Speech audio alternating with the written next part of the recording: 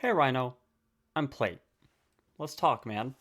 So, we're gonna keep it to just Dota, just to be clear. I don't know what opinions you might have about who you are in your personal life, but I don't care because you don't know me by my first name. I don't know you by your first name. And as you said, we're all equal beings outside of Dota. We all end up in the same place.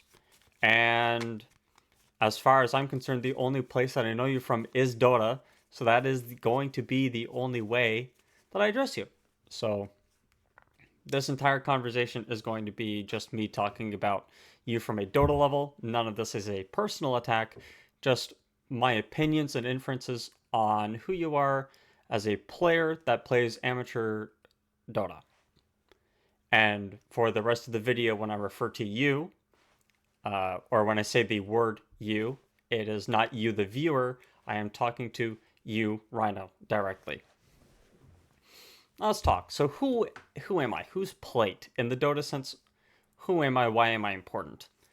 Well, as you know, I own and commission NAD2L, which is a Dota league that I created with the vision of implementing real life sporting systems, franchises, and rule sets into a Dota 2 competitive sense to create a more professional and competitive league.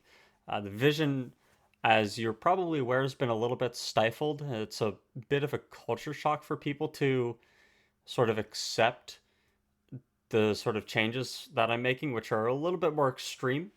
And overall, there's been a lot of criticism from the outside and even from myself personally about the league. But we're still figuring things out. To call it a shit show is one way to put it, but I don't think that's a fair criticism. It's our first season, after all. We're coming into our second, and the first time you do anything from scratch, it'll never come out as clean as you want it to. Now, with that being said, there are a lot of changes that are happening next season. This isn't a video for me to shill out my league or anything. I just wanted to mention that since you brought it up. You also brought up that I'm not close to you in any sort of way, and this is true. It's true in the sense that I have never won a championship. I am not a AD2L Hall of Famer, as you put it, and that's not what this video is about. Because who we are does come from who we were, but it's the present that I care about. It's what kind of Dota player are you today, Rhino? That's my question.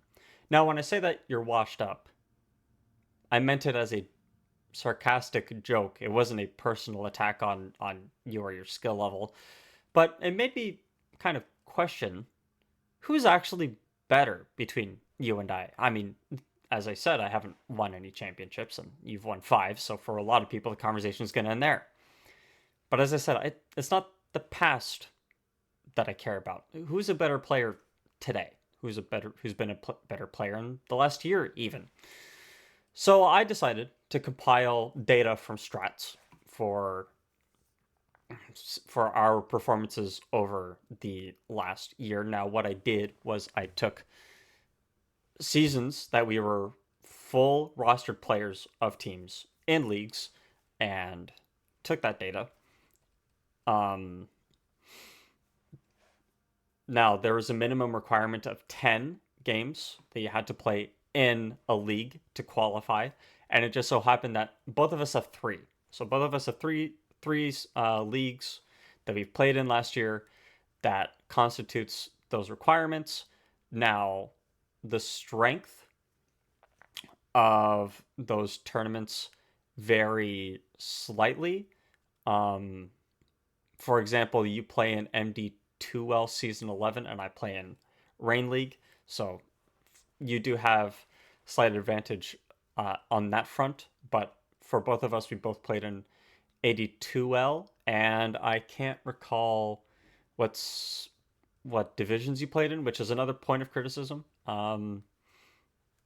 is I played in Conqueror and Warrior, I believe, were the ones that I played in. I know I played in Warrior for my most recent season, for my most recent um, season. But the season I'm playing Conqueror. But we're not talking about what I'm doing this season. We're talking about our past and who we are today. So, as I said, I compiled our data because, as you put it, you let your Dota speak for itself. You let the Dota talk. Well, I'm not really one to talk, so I'm gonna do exactly what you said and let the Dota talk. So here we go. So these are your stats.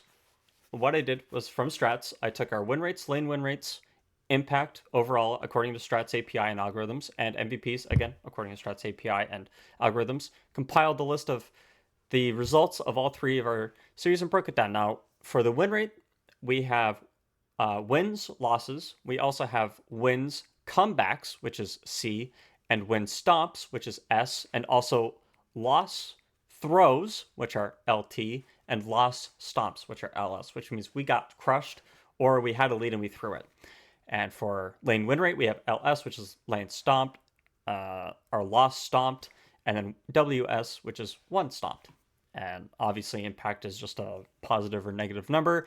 And for MVPs, we have MVP, which is obviously most valuable player in the whole game, and top core, which is since you played core, you'd be the best core in that game, according to strats.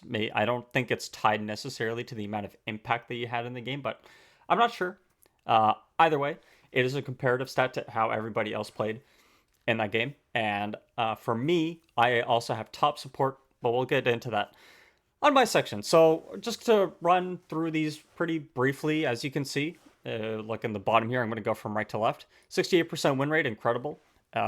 You stomped a game and had 3 comebacks. You lost lane a lot, though. Your laning, to be honest, dude, sucks. Losing half your lanes and only getting it like a okay result out of 25% of them, not that great. You even got stomped to 2 of them, so got to take the L on that one. High of 44, low of 21 for your impact, so incredible performance there to have a high of 44. And obviously 5 MVPs, 5 top cores for 36%. Overall, I think MD2L season 11, good tournament for you. Good league for you. And we move on to season 37, which is your best individual performance. And I'm going to preface this again by saying that I think in this one really encapsulates how good you are as a player. You get to take control of a team from the offlane and become that menace. It looked like your team really rallied around the potential that you had in the season. As you take a look, 52% of the time you won an MVP title, which is incredible. You won 7 MVPs and had 7 top cores. Again, a high of 44 and a low of 25. Your laning got better. Still not great. Actually, still bad, but got better. A 37% loss, but 63% negative to neutral to positive outcome.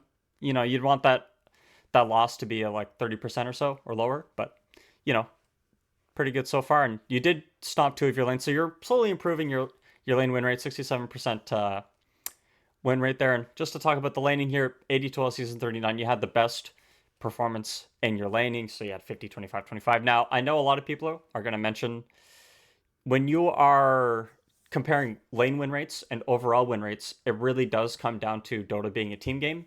For win rate, it's not just a reflection of your personal skill, but a reflection of the skill of your whole team, how well you synergize with them. So you can take that number with a small grain of salt in that sense. But overall, because Dota is a team game, every cog is just as important as the next, and being a critical factor in that when, as you can see, 52% MVP ratio and still 167% of his games, you can tell that Rhino directly has, that you directly have a big impact on the games that you play. And in this case, even 30% win rate as well.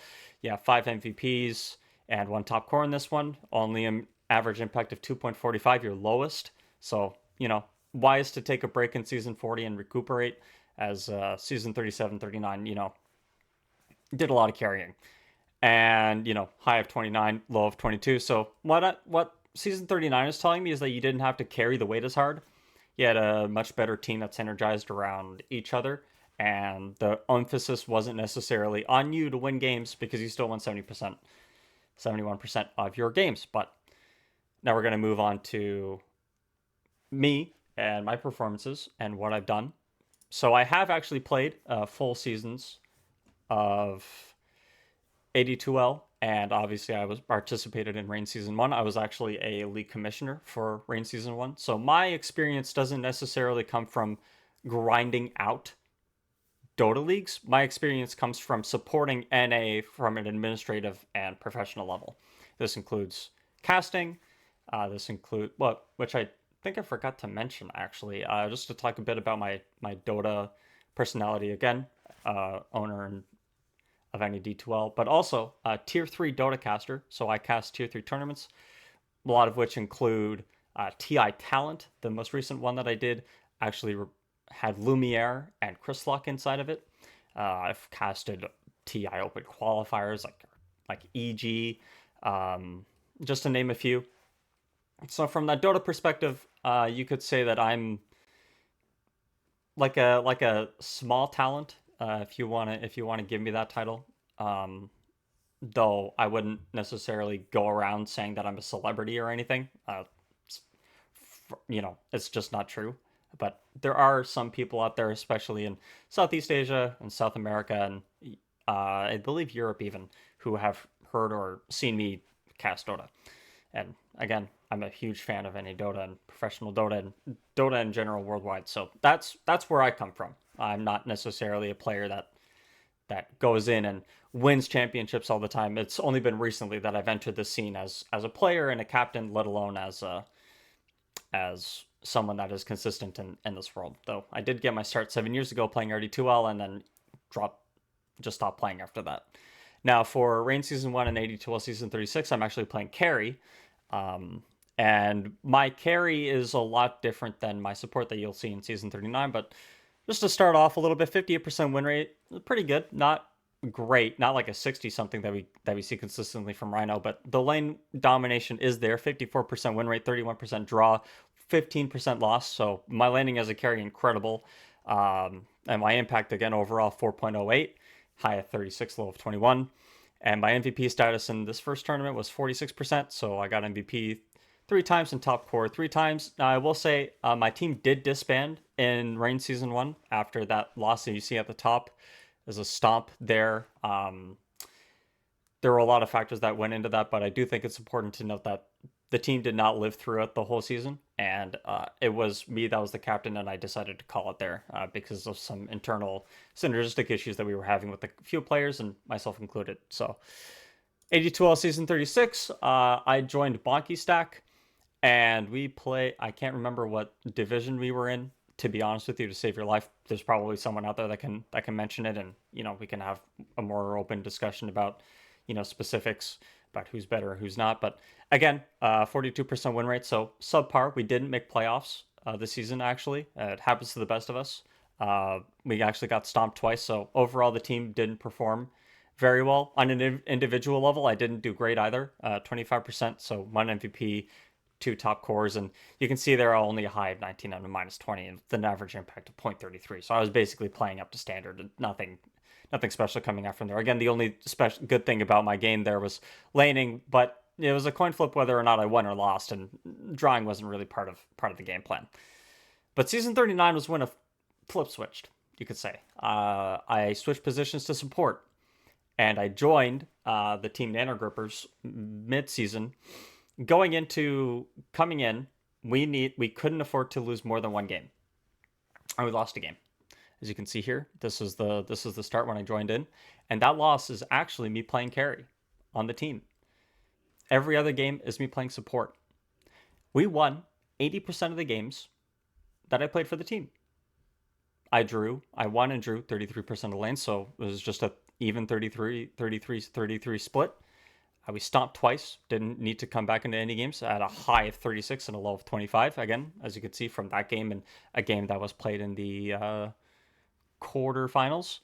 And then obviously a 67% MVP rate. So not to toot my own horn, but this is us comparing each other.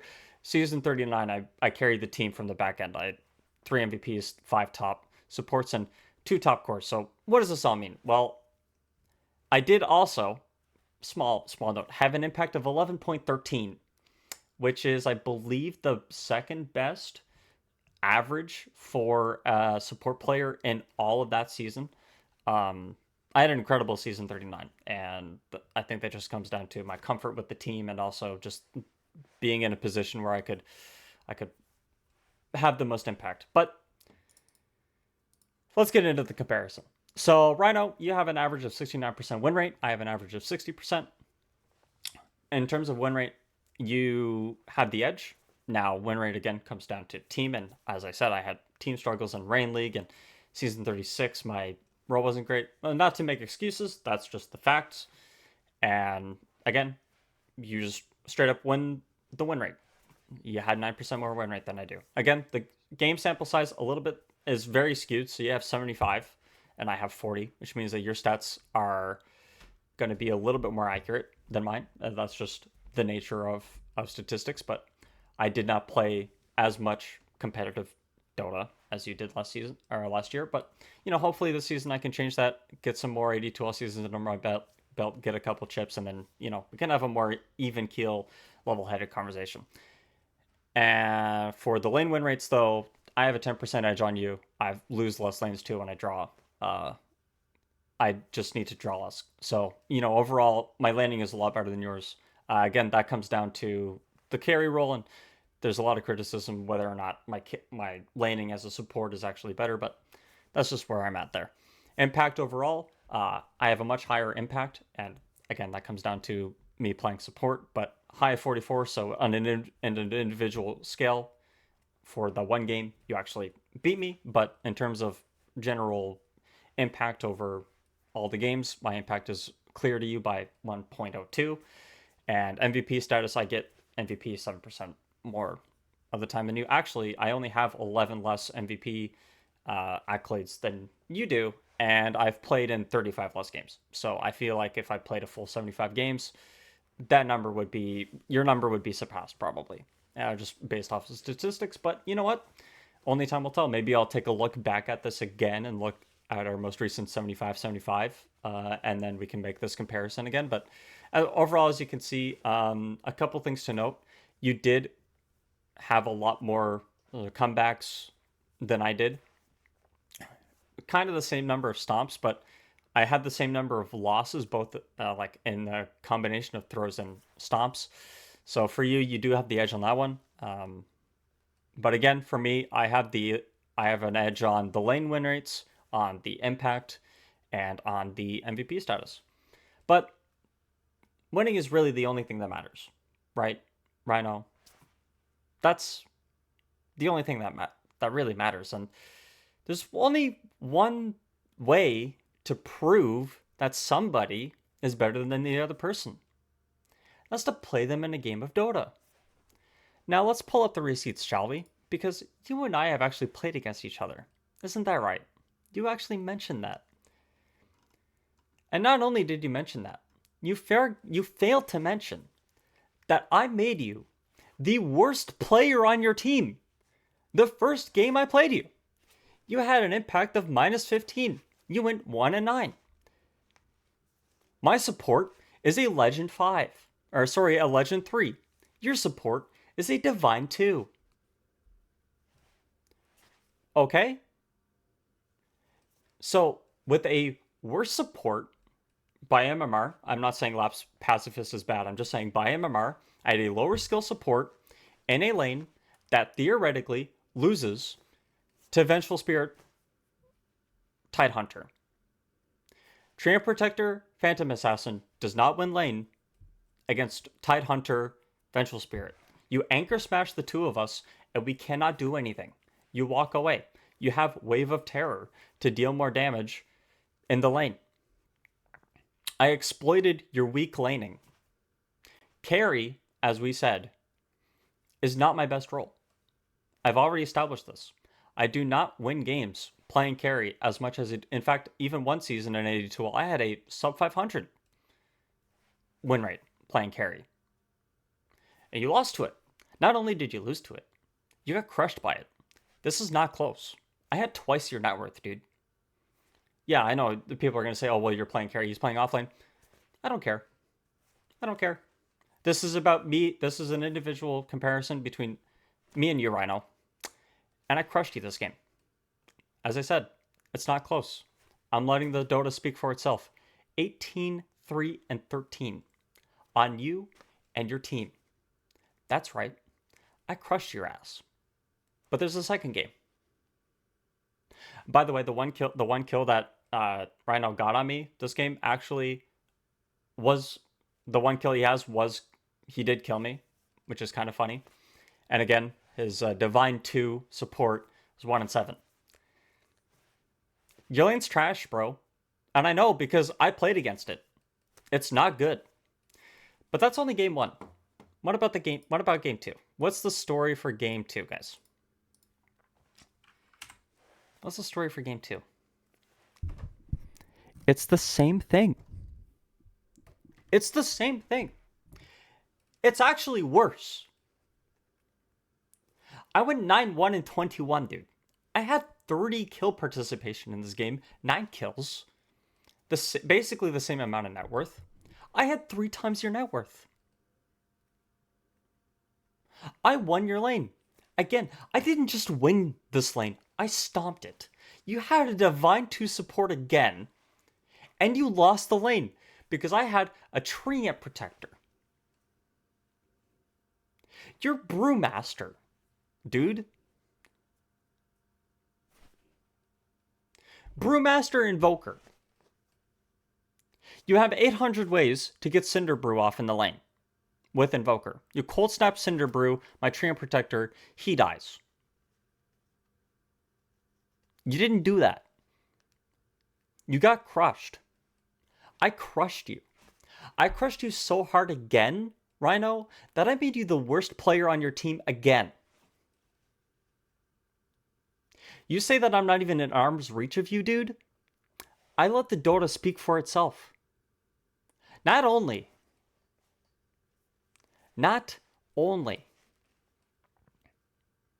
have I had a better individual tournament performance than you in the past year, but I have better overall statistics than you in the past year.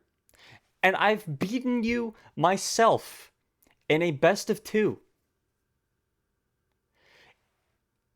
Championships aside, you have me there. You are a 5-time championship winner. You are an AD2L Hall of Famer. You can't beat me. Not when you're playing like this. And if you can't beat me playing carry, how do you expect to beat me playing support when I'm arguably 5 times better at it than carry? I'm letting the Dota speak for itself, dude. I'm not a talker. I don't talk. That's not my thing. I'm a doer. I crushed you. It's not close, Rhino. I have one more thing to say to you. Okay? I'm going to end the video with just one thing. To you, Rhino, I am a nobody. This is true. And you want not, Rhino?